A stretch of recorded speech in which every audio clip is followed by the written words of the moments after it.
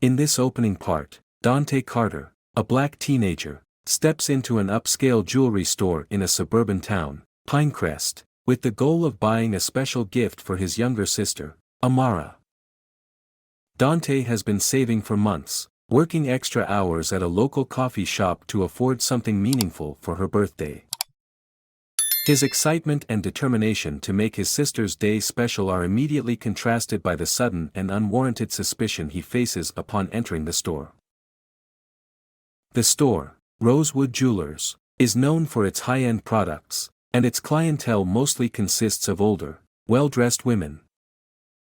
Dante, however, stands out as a young black man entering this elite establishment. He is fully aware of the way people may perceive him based on his appearance, particularly his choice of a hoodie, a detail he feels compelled to adjust upon entering the store. This moment speaks to the internalized awareness of racial bias that Dante carries with him, knowing the judgment he may face, yet choosing to move forward despite it. Upon entering, he is met with the cold, watchful eyes of the store clerk, Emma Whitmore, a middle-aged white woman. Emma's reaction is subtle at first but quickly becomes noticeable as she examines Dante, her body language shifting into a stance of suspicion. This shift represents the silent but potent power dynamics at play, where the mere presence of a black man in a store like this raises questions in the mind of someone like Emma.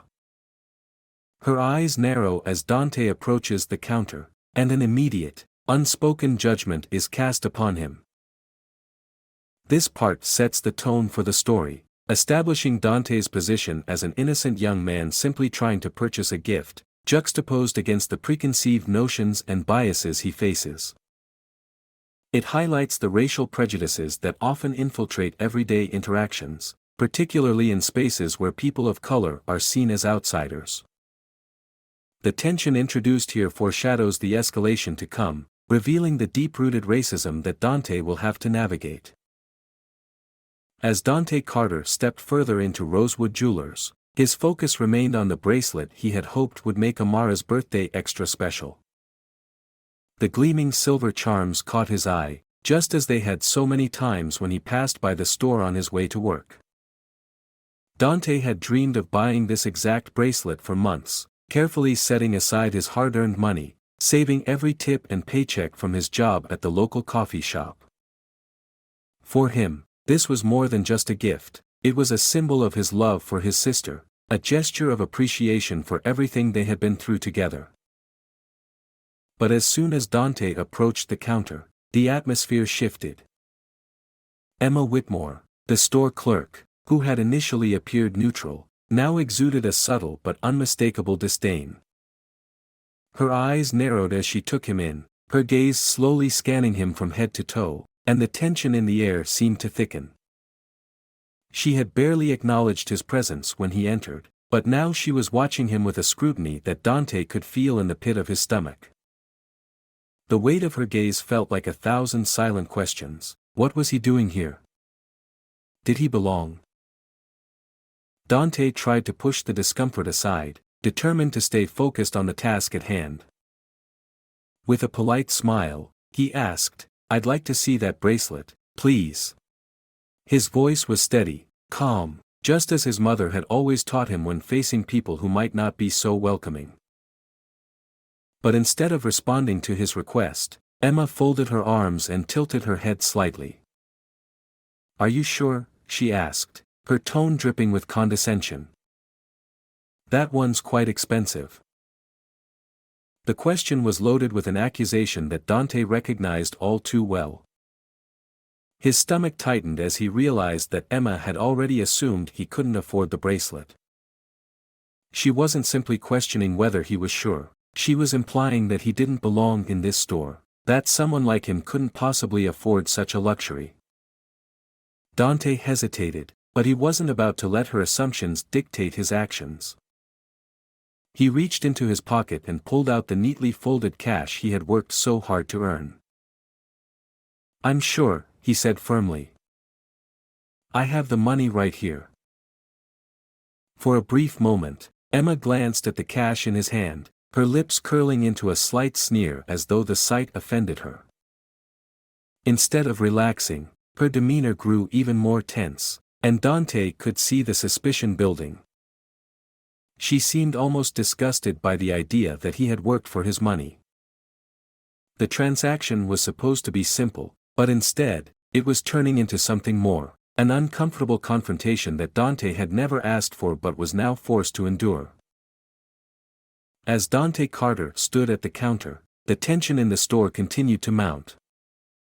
He could feel Emma Whitmore's gaze locked on him, the suspicion in her eyes growing sharper with every passing second. She had already questioned his ability to afford the bracelet, and now she seemed determined to find some reason to doubt him further. When he asked to see the bracelet, Emma had reluctantly taken it out of the display case, but it was clear from her actions that she was far from eager to serve him. As Dante gently held the bracelet, admiring the delicate charms, his fingers slipped slightly, and the bracelet fell to the glass counter with a soft clink. It wasn't a dramatic fall, just a small accident, no different from any clumsy moment anyone might have had in a store. But to Emma, the fall was enough to trigger something deeper, something far more sinister than just an accident. Her expression changed in an instant, her eyes flashing with a mixture of anger and disbelief. Without saying a word, she turned to the store phone, her fingers moving swiftly to dial. Dante barely had time to process what was happening before she barked into the receiver, her voice high and panicked. "Get the police here now. We've got a thief. A young black male in a hoodie tried to steal from us." The words hit Dante like a punch to the gut. His breath caught in his throat as he realized what was happening. He had done nothing wrong, but in Emma Whitmore's eyes, he was already guilty. The room fell into a stunned silence. Dante could feel the weight of the other customers' eyes on him, some shifting uncomfortably, others retreating into their personal spaces, clearly ready to believe the worst about him. His chest tightened, his fists clenching at his sides, but Dante forced himself to stay still. He knew that reacting to Emma's accusations could make things worse. Anything he did could be twisted into aggression. In that moment, Dante realized how quickly the situation had escalated, and how much he was at the mercy of a system that too often saw people like him as criminals by default. "Please, just call my mother," he finally said, his voice steady but urgent. His mother, Simone Carter, was the FBI chief. In that instant, she was the only person who could help him. But Emma Whitmore barely acknowledged his plea, rolling her eyes and scoffing. The reality of the situation hit Dante like a cold wave. His race alone had placed him in this dangerous position. It wasn't just a mistake, it was systemic. The police were coming, and Dante was about to find out just how far prejudice could go. As Dante Carter stood frozen, the weight of Emma Whitmore's accusations hung over him like a dark cloud. The sound of Emma's voice, falsely calling him a thief, reverberated through the store. It was as if time had slowed, every second stretching out, heavy with the anticipation of what would come next.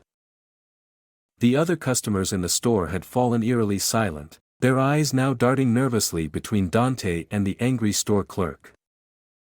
Some seemed to watch with a detached curiosity, while others avoided looking directly at him, but all of them shared the same unspoken sentiment, that Dante was guilty simply because of how he looked. Within moments, the door to the store opened, and two police officers strode in, their presence filling the space with an overwhelming sense of authority. Dante could feel his body tense as Sergeant Blake, a tall, burly man with graying hair, took the lead. He moved swiftly toward Dante, his eyes hardening as he sized him up.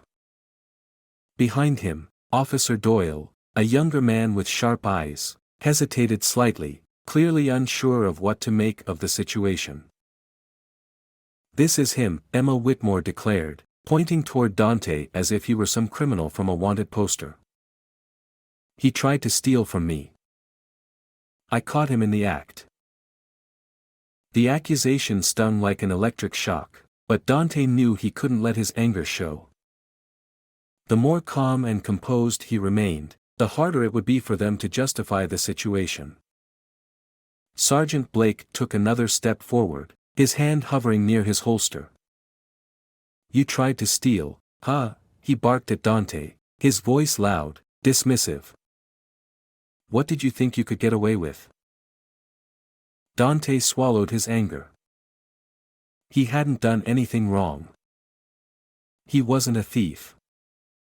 His thoughts raced, but he steadied his breathing, keeping his body relaxed.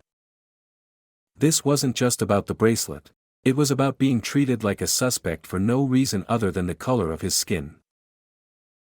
"I didn't steal anything," Dante said firmly, his voice clear. "I dropped the bracelet by accident." But Sergeant Blake wasn't listening. His gaze was already fixed on Dante's hoodie, and the assumptions came flooding in. "I don't care about your excuses," he said, his voice laced with disdain. "You're coming with us." In that moment, Dante knew he had to take action. His mother was the one person who could change the entire situation, and he needed to call her now. "Call my mother," Dante said, his voice unwavering. "She's the FBI chief." The officers paused, and Officer Doyle glanced at Dante with a flicker of hesitation. But Sergeant Blake wasn't ready to back down. "Kid, you can make your phone call at the station," he said, dismissing Dante's request. Dante wasn't going to let that happen. With a firm voice, he repeated, "Call my mother. Now." Despite the tension in the room, Dante held his ground. His demand for his mother's presence was the one thing he knew could make all the difference. As Sergeant Blake and Officer Doyle continued to loom over him, Jalen Carter felt the anger boiling in his chest, but he refused to let it show. He wasn't going to let these officers treat him like a criminal based on nothing more than his appearance. The moment he had demanded to call his mother, he felt a flicker of hope. Simone Carter, his mother, was the FBI chief, and her presence alone would change everything. But as the second stretched into what felt like an eternity, the tension in the store only seemed to grow heavier. Then, the door swung open. The instant Simone Carter entered the store, her presence was commanding. The room seemed to freeze in place, the air thick with the unspoken recognition of who she was. Simone, dressed in a sharp navy suit, walked in with purpose, her heels clicking against the tile in perfect rhythm. Every person in the room immediately turned to look, the weight of her authority silencing the murmurs and glances that had been circulating since the police first arrived. Sergeant Blake paused as he took in Simone's confident stride, his posture shifting as he realized who she was. Officer Doyle, still standing behind him, looked at her with a mix of uncertainty and respect. They knew immediately that something was about to change. Simone Carter was no ordinary mother. Her status as the FBI chief made her an undeniable figure of power, and it was clear that her arrival had already begun to shift the dynamics in the room. Without missing a beat, Simone flashed her badge and held it up, her sharp eyes scanning the scene. "I'm here for my son," she said, her voice unwavering, authoritative. Her tone left no room for misunderstanding. It was a demand, not a request. The officers, especially Sergeant Blake, looked taken aback. Simone's gaze never left him, and her words made his earlier confidence waver. Sergeant Blake shifted awkwardly, his defensive stance faltering as he tried to explain, "We received a call reporting an attempted theft, we were just following protocol." "Protocol?" Simone interrupted, her eyes narrowing with disbelief. "So, you walked into this store, saw a young black man, and immediately decided he was guilty of something?" Her words cut through the tension in the air like a knife. Simone's presence was commanding, and even though Sergeant Blake tried to maintain his stance, there was no denying that his confidence was quickly dissipating. She had turned the tables with just a few words, and it was clear to everyone in the room that the situation had spiraled out of control from the very beginning. As Simone continued to address the officers, Jalen could feel the weight of the injustice begin to lift, knowing that his mother's intervention had already begun to change the tide. The moment of reckoning for the officers, and for Emma Whitmore, was coming, and Jalen was no longer just a suspect. He was the son of someone who would demand accountability. As Simone Carter stood at the front of the store, her authority was undeniable. The room fell into a heavy silence as she addressed Sergeant Blake and Officer Doyle, her sharp gaze never leaving their faces. Jalen Carter stood still, watching as his mother confronted the officers who had so blindly accepted Emma Whitmore's accusation. Jalen had felt the sting of being unfairly judged in that store, but now, with his mother by his side, the tide was shifting. Simone took a moment to assess the situation, her eyes moving between the two officers and the store clerk, Emma Whitmore, who was standing stiffly near the counter. Sergeant Blake, still holding the handcuffs in his hands, hesitated, clearly thrown off by Simone's sudden arrival and her unwavering confidence. The younger Officer Doyle shifted uncomfortably, as if unsure of what to do now that the FBI chief was involved. Simone didn't wait for them to act. She spoke directly, cutting through the tension in the room.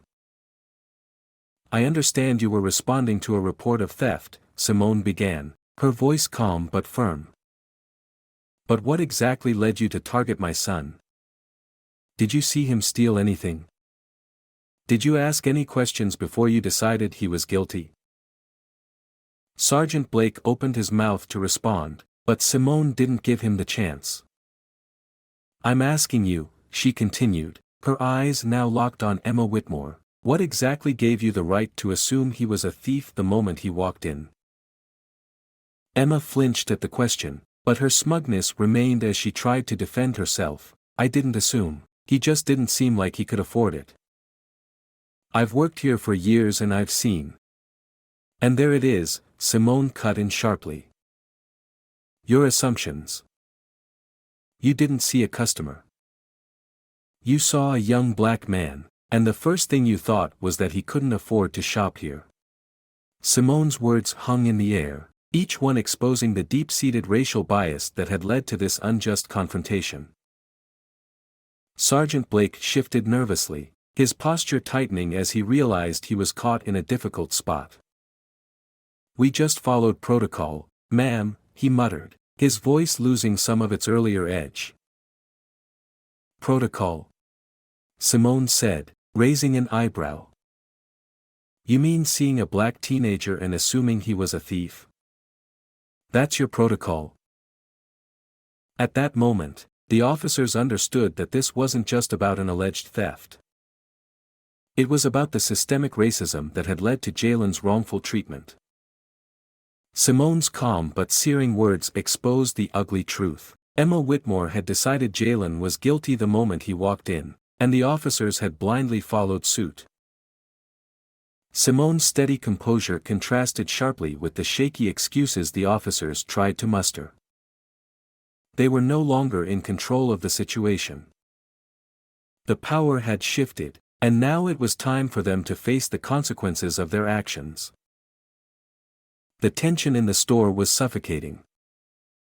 As Simone Carter stood firmly in front of Sergeant Blake and Officer Doyle, she demanded the officers take action. The silence that followed was broken only by the sound of footsteps as Simone motioned for them to review the security footage. The room waited anxiously as Simone's presence, commanding and unwavering, forced everyone to acknowledge the unfolding reality of what had just happened. "Let's clear this up," Simone said, her voice sharp with authority. She turned toward Emma Whitmore, who stood near the counter, visibly uncomfortable. Simone was undeterred, knowing the truth was on their side. "We'll review the footage," she added, and we'll see exactly what happened here. The officers, sensing they had no choice, reluctantly agreed. Officer Doyle, still hesitant and unsure, glanced at Sergeant Blake, whose confidence had begun to fade. As they made their way toward the security monitor, Simone stood beside Jalen, offering him a quiet but reassuring look. Jalen hadn't moved. He remained silent, his body tense, waiting for what he knew would be the turning point in this whole ordeal. The footage started to play. On the screen, Jalen Carter could be seen entering the store, just as he had earlier. The video showed him looking around with genuine interest, approaching the counter, and then politely asking to see the bracelet. As he reached for his wallet to pay for it, the bracelet slipped from his fingers and fell to the counter. It wasn't a theft, it was an accident, a simple mistake anyone could make. Simone's voice cut through the air as the footage continued. As you can see, he made no attempt to steal. He was simply looking at the bracelet, then paid for it with the money he had saved up. The camera zoomed in on Emma Whitmore's face, her demeanor shifting to one of suspicion the moment Jalen pulled out his wallet. Her fingers hovered over the phone, and her eyes narrowed as she prepared to make a call. But the footage didn't lie. Jalen had been polite, patient, and respectful the entire time. As the footage came to an end, Sergeant Blake exhaled sharply. He exchanged a look with Officer Doyle, who now seemed to regret his part in the situation. Emma Whitmore's expression faltered, and she looked away, clearly embarrassed by the undeniable truth before her. "I guess the truth is clear now," Simone said, her voice firm but not unkind. "There's no theft. No crime. Just a young man trying to buy a gift for his sister." The officers stood still, unable to respond, and Emma Whitmore seemed to shrink under the weight of the moment. Jalen, who had been silent through the entire confrontation, finally allowed himself a deep breath. Justice, however delayed, had finally begun to unfold in his favor. As Jalen Carter and Simone Carter stood in front of the store, the weight of the injustice they had just witnessed was slowly beginning to lift. Jalen took a steadying breath, looking back at the counter where Emma Whitmore had made the baseless accusations. Simone, standing tall and calm beside him, had already confronted the officers, forcing them to face the truth, and now it was time for one final moment of reckoning. Emma Whitmore stood by the counter, her posture stiff, but Jalen could see the look of embarrassment slowly creeping into her expression. The facade of superiority and confidence she had worn when accusing him was now gone, replaced by something else, perhaps guilt, perhaps shame, but most certainly defeat. Simone turned to Jalen, offering a reassuring nod. He knew what needed to be done next. With steady steps, he walked toward Emma, who still stood in disbelief at how the situation had spiraled out of her control. The store was eerily quiet, the customers who had been once so ready to judge him now avoiding eye contact, some nervously shifting in their shoes. "Emma Whitmore," Jalen began, his voice calm but unwavering, "you called me a thief, accused me of stealing something I didn't take." His eyes never left hers as he spoke, and for a moment, there was no mistaking the resolve in his voice. Emma shifted, her expression faltering as Jalen continued. "All I did was try to buy a gift for my sister with money I worked hard for. I wasn't here to cause trouble. You decided that I didn't belong here before I even spoke to you." Simone stepped forward, her presence adding an unspoken weight to the moment. "You assumed the worst of my son based on nothing but how he looks. Nothing about him, his appearance, his clothes, gave you any reason to believe he was a threat." For the first time, Emma seemed to grasp the full extent of the harm she had caused. The self-assuredness she had clung to earlier now crumbled in the face of the truth. Her face flushed as she stumbled for words, but none came. The moment stretched out uncomfortably, and Jalen let the silence speak for itself.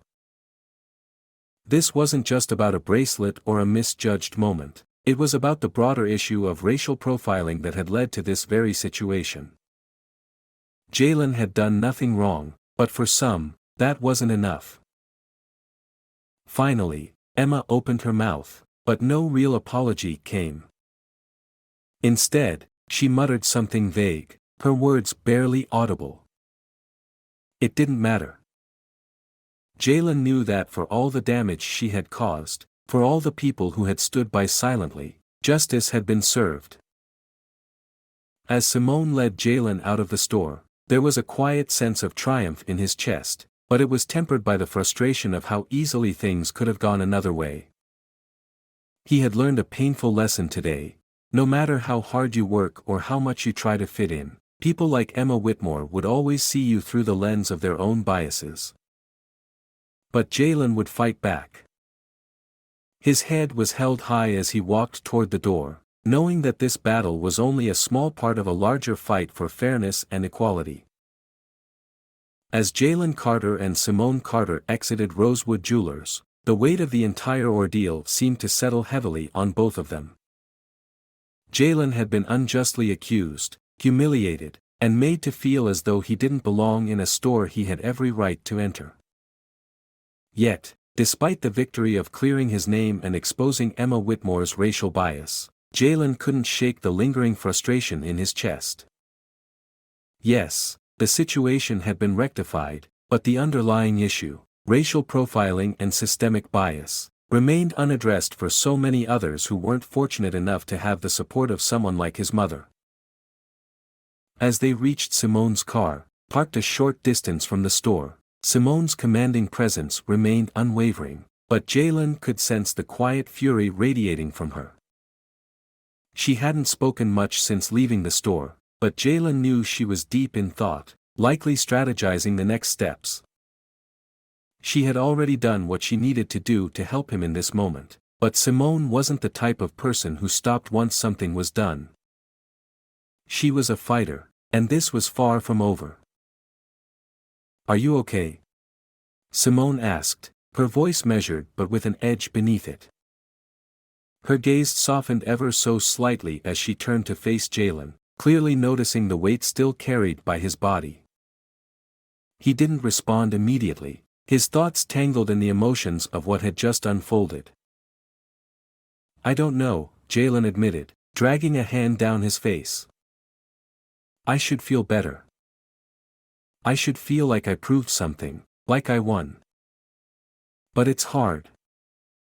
It's like nothing changes," Simone finished for him, her voice suddenly soft, filled with understanding.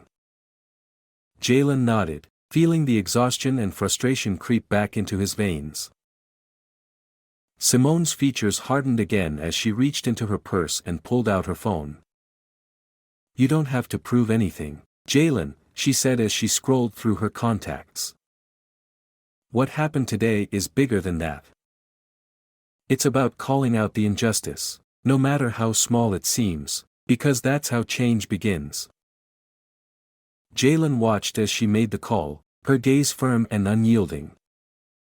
When she spoke, her voice was commanding and precise. "Cynthia," she said, "I need a press release prepared immediately regarding Rosewood Jewelers. I want a full investigation into what happened today, into racial profiling and the way my son was treated. Make sure Emma Whitmore's name is included." The call ended with a final, determined word from Simone: "And make it happen fast. This can't go unanswered." Jalen turned to face the door of the car, feeling a sense of relief wash over him. Simone wasn't going to let this slide. Jalen was no longer just the victim of a racist encounter, he was part of something bigger, part of a fight for justice that wasn't going to stop with this one store or this one incident. He could feel it now, deep in his chest. This fight wasn't over. It was just beginning. The day had left an indelible mark on Jalen Carter, and as he sat beside his mother, Simone Carter, in the car, he couldn't shake the weight of what had just happened. He had been wrongfully accused, harassed, and humiliated simply because of how he looked. Yet, in the end, the truth had come out, and justice had been served. Emma Whitmore and the officers who had rushed to judgment were forced to face the consequences of their actions, but even as Jalen processed the relief of walking away free, there was something deeper stirring inside him, a sense of frustration that the fight against racism was never truly over. As they drove away from the store, Simone's phone buzzed. She glanced at the screen, quickly assessing the situation before putting the phone back down. The wheels of accountability were already turning. She had demanded an investigation into the incident, and now, she had the support to make sure it wouldn't be swept under the rug. Simone had already contacted the media, and soon the story would be out. The press release was going to be issued, and Rosewood Jewelers would have to answer for their part in racial profiling and treating Jalen as a criminal without cause. The story had the potential to spark a larger conversation, one that could ripple out and force real change. Jalen stared out the window, lost in thought. He felt a flicker of pride at his mother's resolve. Her presence had turned the situation around, but even so, he couldn't help but think of how easily things could have gone differently. What if he hadn't had someone like Simone in his corner? What if he had been just another black teenager with no way to defend himself? The injustice was glaring, and Jalen knew that for so many others, the outcome wouldn't have been the same. "I'm proud of you," Simone said after a long silence, her voice soft but steady. But this wasn't just about today. It's about the fact that you shouldn't have had to prove anything to anyone in the first place. Jalen nodded slowly. His mother was right. This wasn't just about a bracelet or a store clerk. It was about the larger systems that allowed prejudice and bias to thrive unchecked. "I just want it to stop, Mom," Jalen replied quietly. "I want people to see me for who I am, not what they think I am." Simone reached over and squeezed his hand, her grip firm. "We'll keep fighting, Jalen. It's not over yet, but we'll keep pushing for what's right." The journey ahead was long, but Jalen knew one thing for certain: he wasn't done. Neither was Simone. This fight for justice was just beginning, and with each step forward, he felt a little stronger, a little more empowered.